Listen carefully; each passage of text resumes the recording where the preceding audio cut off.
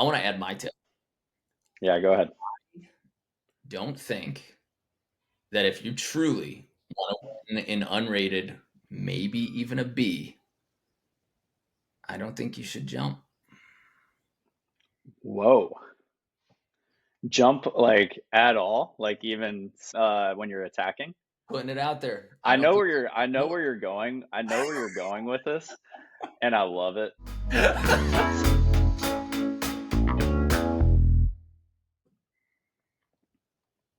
Hey, everybody. Welcome to the Better at Beach podcast. You got Mark and Brandon here. If it's your first time listening to the show, it's a podcast that you really want to subscribe to. So find the subscribe button, really helps us out. And if you like any of the episodes, dive down through. We had some bangers that a lot of people actually really got a lot from, even in the first 10 episodes when we were total rookies at podcasting. Not to say that we're really good at it. We still just kind of shoot the stuff, but but scroll through those episodes, filter it from oldest first, and see if there's any that really tickle your fancy, because we got a lot of good ones here, and today we've got an especially good one that I think is going to hit a lot of people in the right way.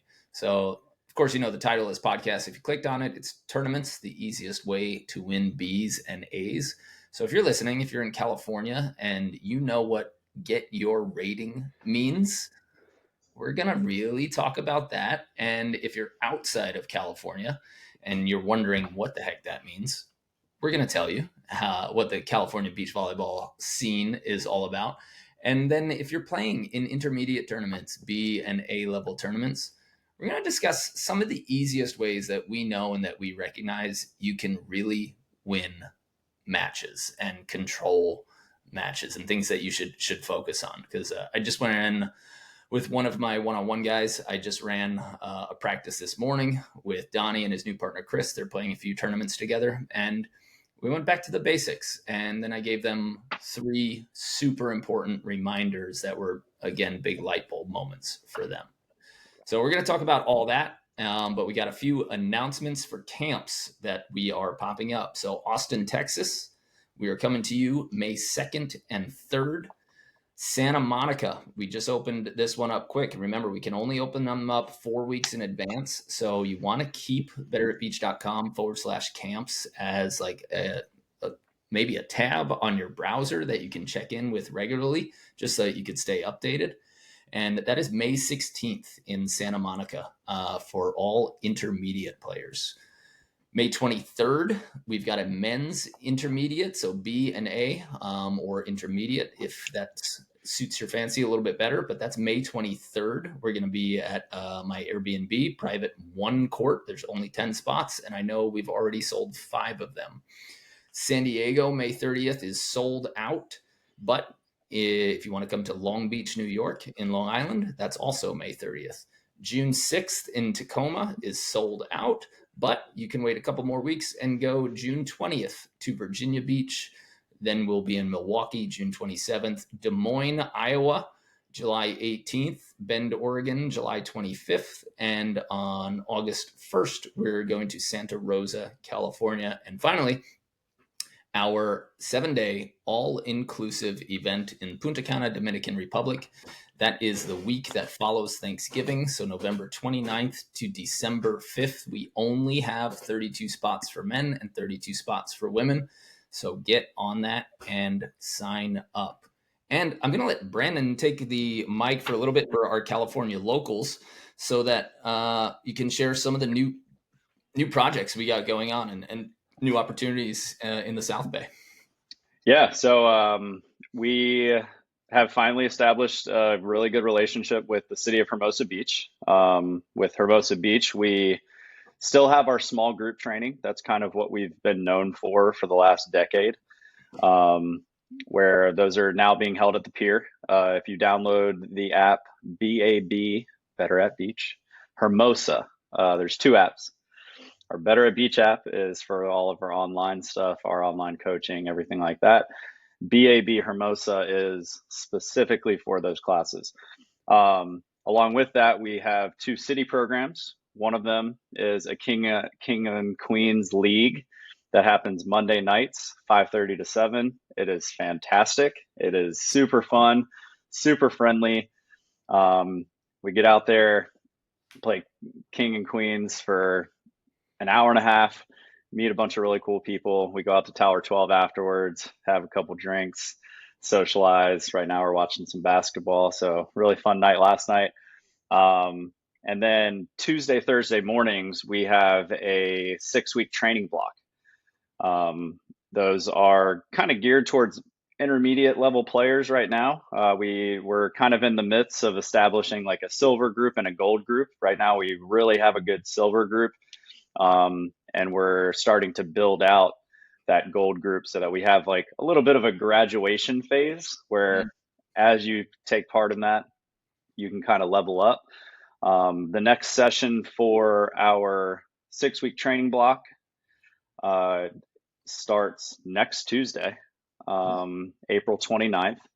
So head to betteratbeach.com /Hermosa Beach Volleyball to find that link. And then our King and Queens League, I believe, starts May 12th. That's our next one. We have 2 weeks remaining in this session. So that's for Hermosa.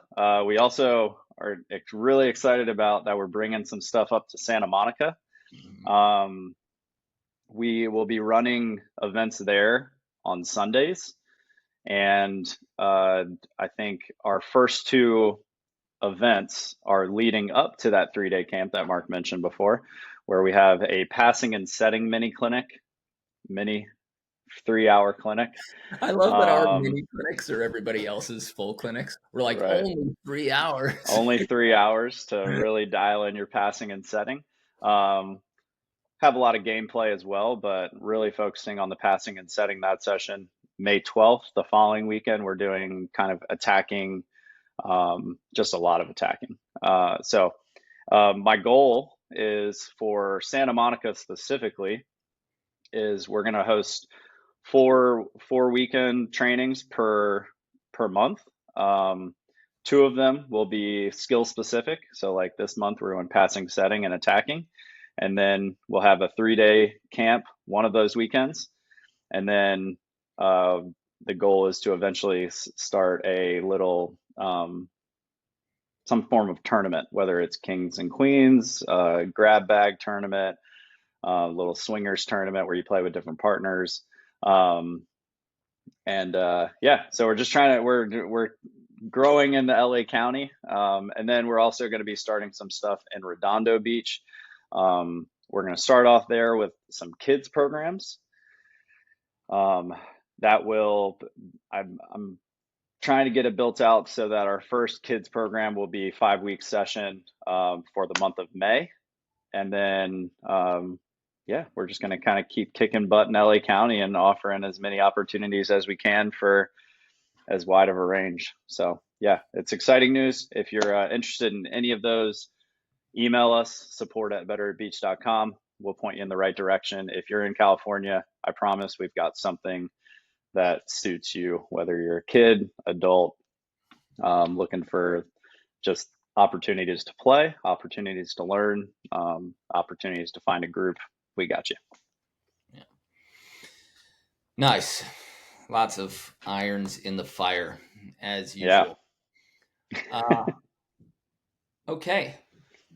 So if you were to give one piece of advice to the blanket unrated player who wants to get their B rating, so they're going to play in an unrated tournament. And if you guys don't know what that is in California, unrated means that it's the lowest level tournament. It's kind of a beginner/intermediate tournament, and everybody can play in it. So you might end up facing like an NCAA Division I volleyball player, but typically those tournaments are reserved as like your entrance into playing tournaments. And if you win one of those, or if there's enough teams and you finish in the top 2 or 3, then you earn your B rating. And once you have any rating, B, A, AA, or AAA, you can no longer play in the unrated events. Now, this works really well in California because there's such a huge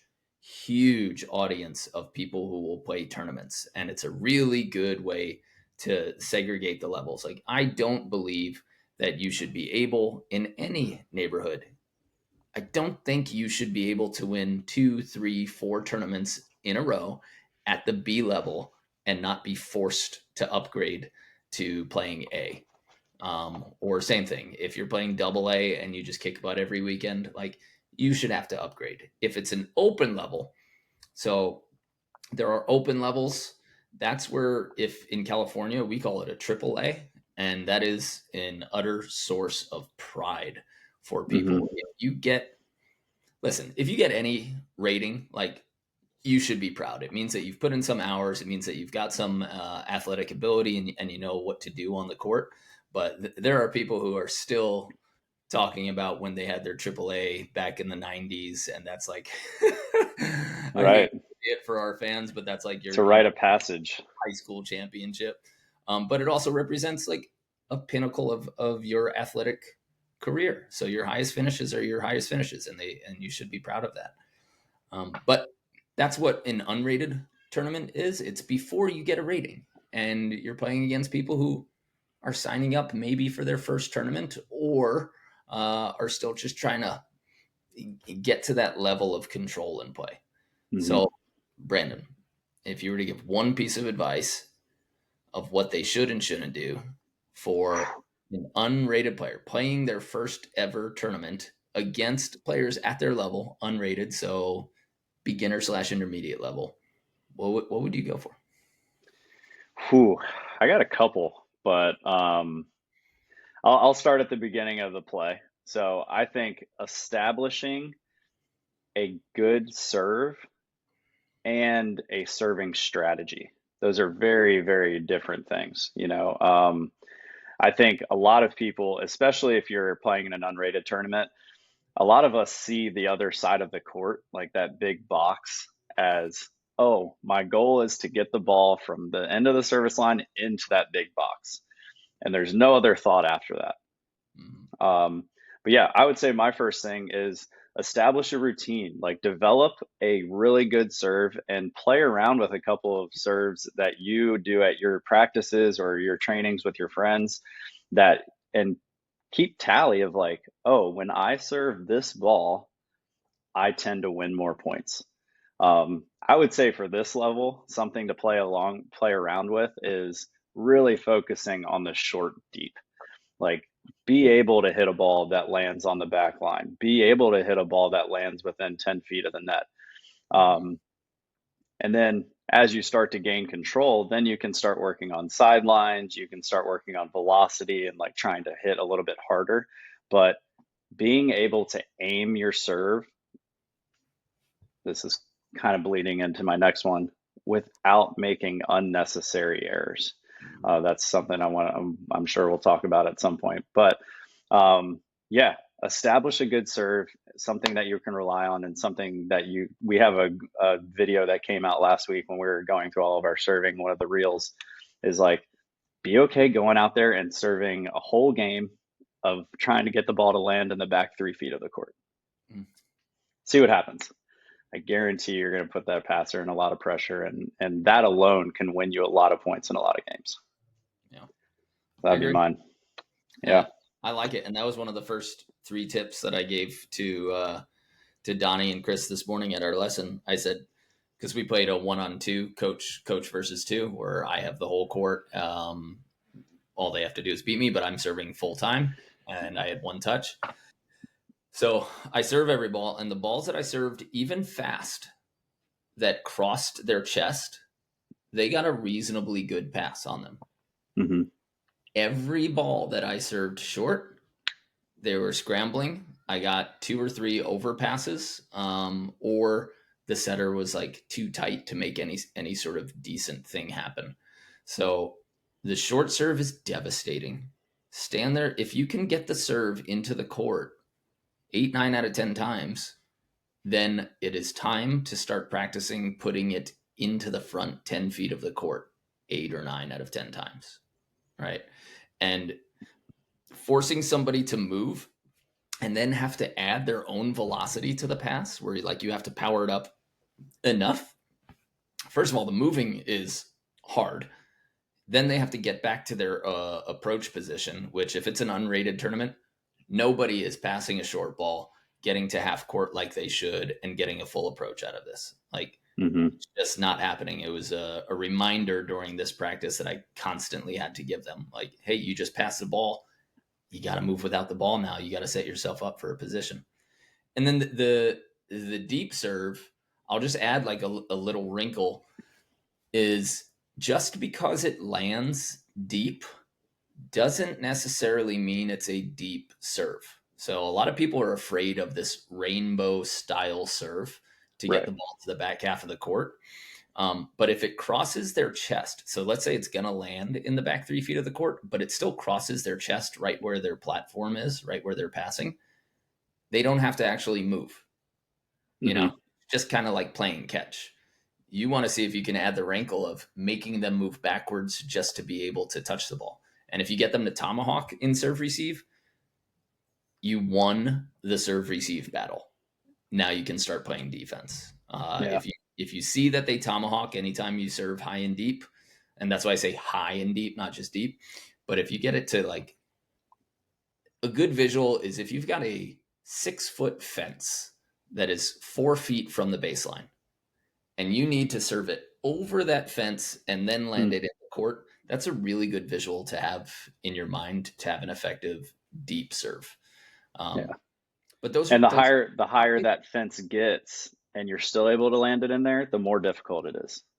yeah, So like if you have a 10-foot fence and you're still able to conquer that serve, that's going to be even trickier of a pass. yeah. So playing with those serves, short and deep, and forcing somebody to move. I this morning I said, if they move 1 step, that's okay. If they move 2 steps, that's great. If they move 3 steps, you're a champ. Like, Yeah. you are putting real pressure on them Yeah. from the service line. And same idea with the short serve. Like I think a lot of the times when people are going for that short serve, they miss in the net a lot, because they still have this idea of I can't serve it high. Mm, But remember, the goal is it's not necessarily to ace them. mm-mm. It's the goal is to make them take those extra steps. So it doesn't matter if the ball crosses the net at 30 feet or 10 feet. Like if you make them make those steps, that's the goal. It's not about necessarily scoring the point right on the serve. Yeah. If you get an overpass or a tight pass, you won the serving battle. Like, Yes. if they don't approach from half court or behind, you won the serving battle. So, Hmm. really important thing to think about. I want to add my tip. Yeah, go ahead. Don't think that if you truly want to win in unrated, maybe even a B, I don't think you should jump. Whoa. Jump like at all, like even when you're attacking. Putting it out there. I know people I know do where you're going. I know where you're going with this, and I love it. it. So hard to convince yourself to do that. Yeah, but no, I agree. I think it's especially, yeah, at that level. Yeah, If you got a I'm with million you. bucks and you got Explain. an unrated tournament, and you've only played you've played less than 5 2-on-2 tournaments in your life, right? Mhm. And you played, let's call it, less than 100 hours of volleyball. Don't jump. Yeah. I You go, you got it. Why? okay? Why? Yeah. Why? If you jump, there's a level of technical complication that you're adding where your brain is still thinking right, left, double arm lift, timing the ball, being able to do that. And then you also have this instinct that you should be smashing the ball, right? That you should be hitting hard.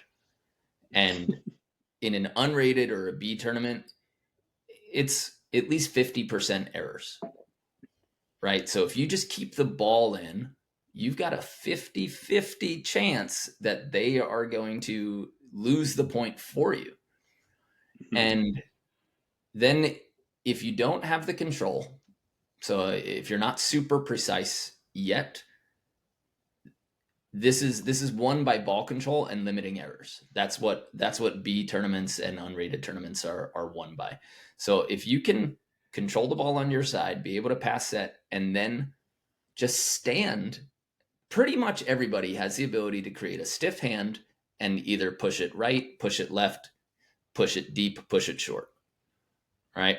So you just need to make that defense scramble and run, and maybe they come back and hit at you. But if you can control, like you and me for sure, a B tournament, there definitely we would not have to jump to be able to win it. I would bet lots and lots of money on that. Which is a video we should probably put out. That's a dare. Yeah, I like Yeah, it. and not jump. But I realize that you might not have the control yet, even from the standing, but you will have more control and less to think about than if you try to take the full approach. And if your brain is telling you that, you should spike this ball like Anders Mole, Hmm. when you will win that tournament if you keep the ball in and you keep the other team moving so that you can focus on spots over Yeah, power. yeah, I like it. Yeah, I think it's kind of interesting because as you like, if we talk about it, the one and my next, this kind of goes into my next thought of what I that I kind of mentioned is eliminate errors, like eliminate unnecessary errors, and a lot of times errors come from attacking. Mhm. Um, if it when we're I'm trying to decide which side of the line I want to start on, but like at the pro level, there are certain points in the game where you have to win the point. As the level goes down, that idea of win the point, it gets smaller and smaller. And Mm. it changes into like when you're in an unrated tournament, it's almost more important to not lose the point. Like I'm talking about me as a person. Like it's not necessarily the most important thing for me to go up, hit a ball, it hit the sand.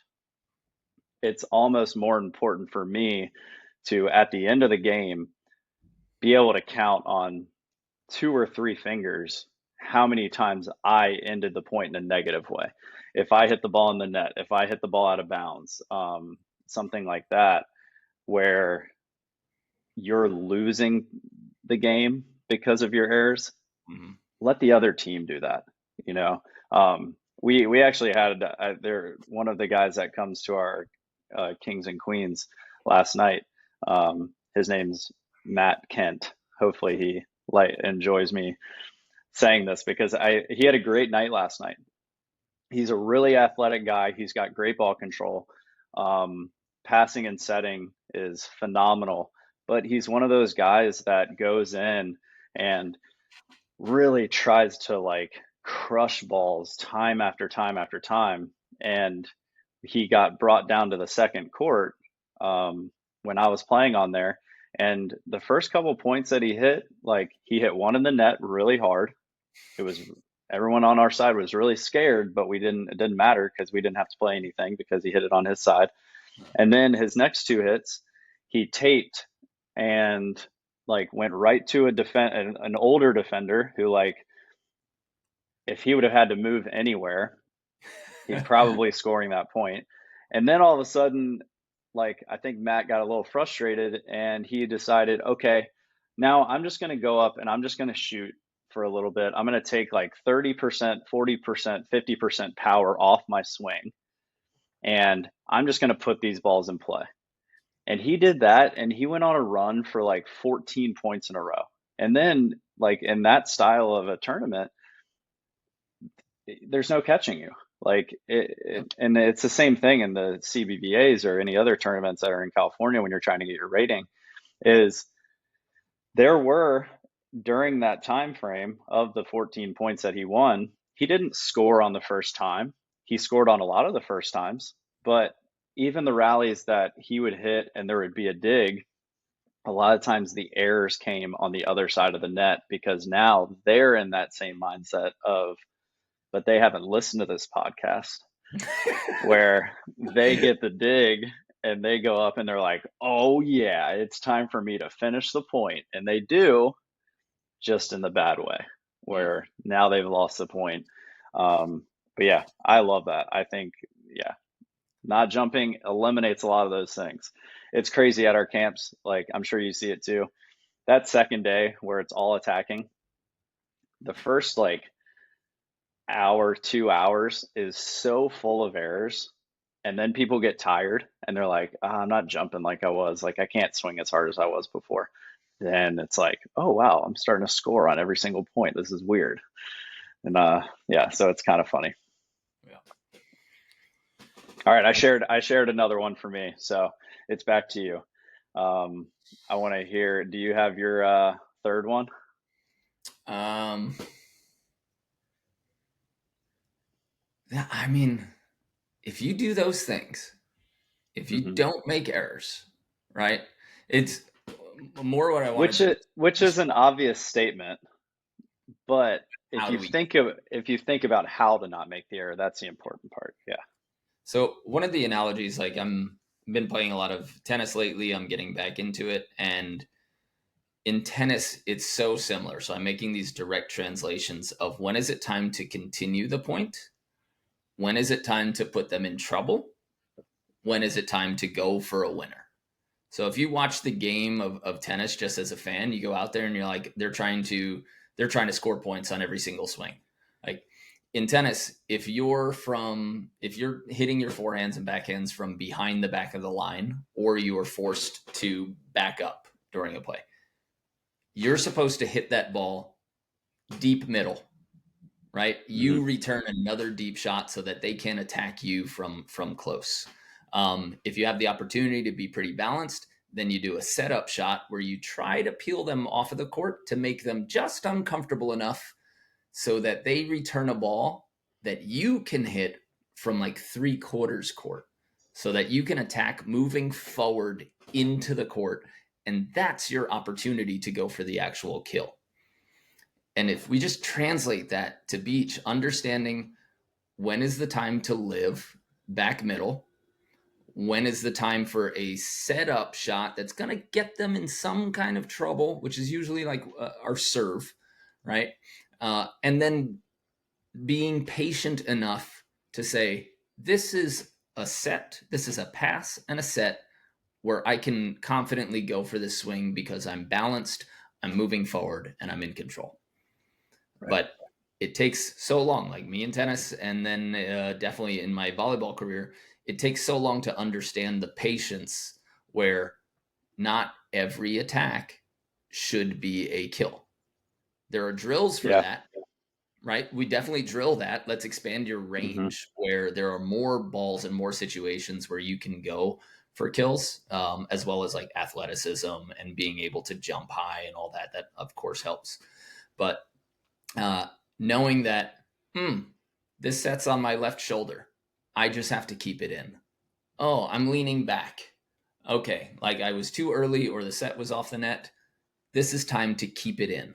Put them in just enough Hmm. trouble on a 70% shot or a 60% shot to live, knock them off balance a little bit, and maybe they'll return an error and give me a better chance. Because if you play a ball to the other side that gets you a relatively easy dig, that is a great recycle. That is one way that you can recycle the point. And if this team is never getting kills or they're making errors 50% of the time, then you should just be in recycle mindset. Like Yeah. safest possible spots, 5 feet from the net, 5 feet from every sideline and or deep middle, and you're set because you know that the stats are going to work in your favor if you can control your side. Right. I've said it before at our camps, and I think it's like a hot take kind of statement. Beach volleyball specifically is it's not about it's not about winning points. It's about putting the other team in uncomfortable situations long enough that you win the game. Like I think a lot of us, we go up into this, we have this mindset where we're like, I have to win all of these points. But a lot of times that, again, it leads to errors. And then you're shooting yourself in the foot more often than not. If you have going back to the serving, if you put somebody into a situation where they're having to take 3 steps or 4 steps every single time that they pass, sure, the first 5, 6 serves that you hit, they're probably going to pass them perfectly. Mhm. What are they going to do the last 5 or 6 points? It's worth finding that out. Same thing on defense. If you can make a person lay down for a dig, you've done your job. Like it doesn't mean that you have to win the point, because if you make a person lay down to make a dig, sure, the first 3, 4, 5 times they lay down to make a dig, they might get up. They might, I would say, on a generous note, they might score 3 out of those 5. That's super generous. Yeah. That's extremely generous. But I would say as the game goes on, like the first 10 points, maybe it's 3 out of 5. The next 5 points, I bet it's 2 out of 5. And then the end of the game, it's 1 0 out of 5. Like it's about putting the other team in an uncomfortable situation. It's not necessarily about you winning the point. I have one more Okay, that we got it's very quick. a minute. 1 minute. It doesn't even deal with volleyball. It's concentrate on your warm-ups and limit your attacking before games. I think so many of us, we spend so much time, or one, we don't warm up well enough before a game. Mhm. So get your warm up in, your dynamic motions in, whatever, so that when you step on the court, you're ready to play. And two, as the day goes on, you need to hit less and less balls in warm up. In your first game, if you shouldn't be hitting more than 4 or 5 balls. After your first game, it maybe goes down to 3. After that, maybe 2. Then maybe by the end, you're not even doing any attacks. So limit your warm-ups. Be smart about it. That's my last one. I like that.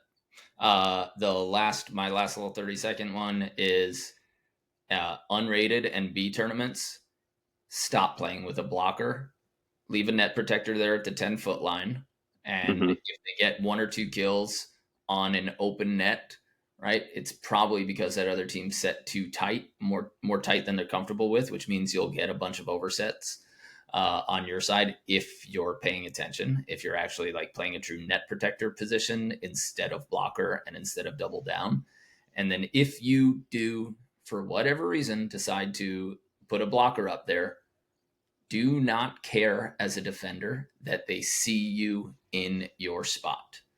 There is Right. no sitting in the middle and then flash to the diagonal because this person is seeing me. Like, first of all, nobody at a B-rated tournament really has good ball control and vision enough to be able to see what's going on and then execute to beat you, Mm-hmm. with you being able to chase the ball. So I love when an attacker sees me where I am. Now let's see if you can actually beat me in the race instead of me so concerned with I gotta hide in the middle. I gotta hide in the middle. Then when he jumps, then I run because everybody does it too Right. early. And then all they have to do is hit a sloppy shot to one half of the court to beat Mm-hmm. you instead of a good shot that you're actually able to chase. So go straight to your position and sit there and stare at the hitter and let them stare at you. And you'll start finding that they're not even looking at you anyway. Right. I like it. I think this episode can be used by literally anybody. Yes. Like whether you're an unrated player, if, like wherever you are in the country, if you take those ideas, maybe not the not jumping one if you're like double A, triple A, Yeah. but the limiting errors, being a positive points player, it's big. That's what Hagen and I are working on right now. Is like at the end of the game, if we're positive players, we win, hands down, every time. If you're negative, miss serves, hit errors, everything, can't win. Nice. All right, quick wrap up. If you guys know of any parents or juniors out there, we are finally building our juniors programs out. So one of the best things that you can do is just get a video analysis. Work with one of our coaches to have them run down a full video analysis of the match you're playing. You can check that out at betteratbeach.com/film session. That's whether you're a junior or an adult or a parent, but head there so that they can actually see what they're doing right and wrong in the match play. If you're trying to get them to college, if you're trying to get them to the next level, or just get ahead of the players that they're around, you need to remember that showing up to practice and practicing the same amount as everybody else on your team is the bare minimum requirement to be on the team. Your child getting better is everything that happens outside of practice time. They will improve at the same rate as everybody else if they put the same effort as everybody else in practice, but where the elite players are developed and gotten to the next level, and their process accelerated, is the work that they do outside of the court. And so if you want us to run through a video analysis film session with them, we can do that at bearbeach.com/film session. We are also working on building a full recruiting course and a highlight editing and skills video editing so that you can send recruitment videos to colleges. So those are coming late spring of this year. So just be on the lookout for them. But our film session is up and running, so you can start with that video analysis. And if you want, you can upgrade to the full pro membership, where you'll get access to all of the courses as well. So check out betteratbeach.com/film session if you want to get your video analyzed, watch, work with a coach one-on-one, or if you know any juniors or parents who are just wondering what the next step is to get to the next level. I like it. And if you're listening to this podcast and you've been supporting us and we haven't seen you in person or met you in person, come to a camp. Yeah. I promise it'll change your life in a lot of ways. So come see us. We want to meet you. All right. That's it from us.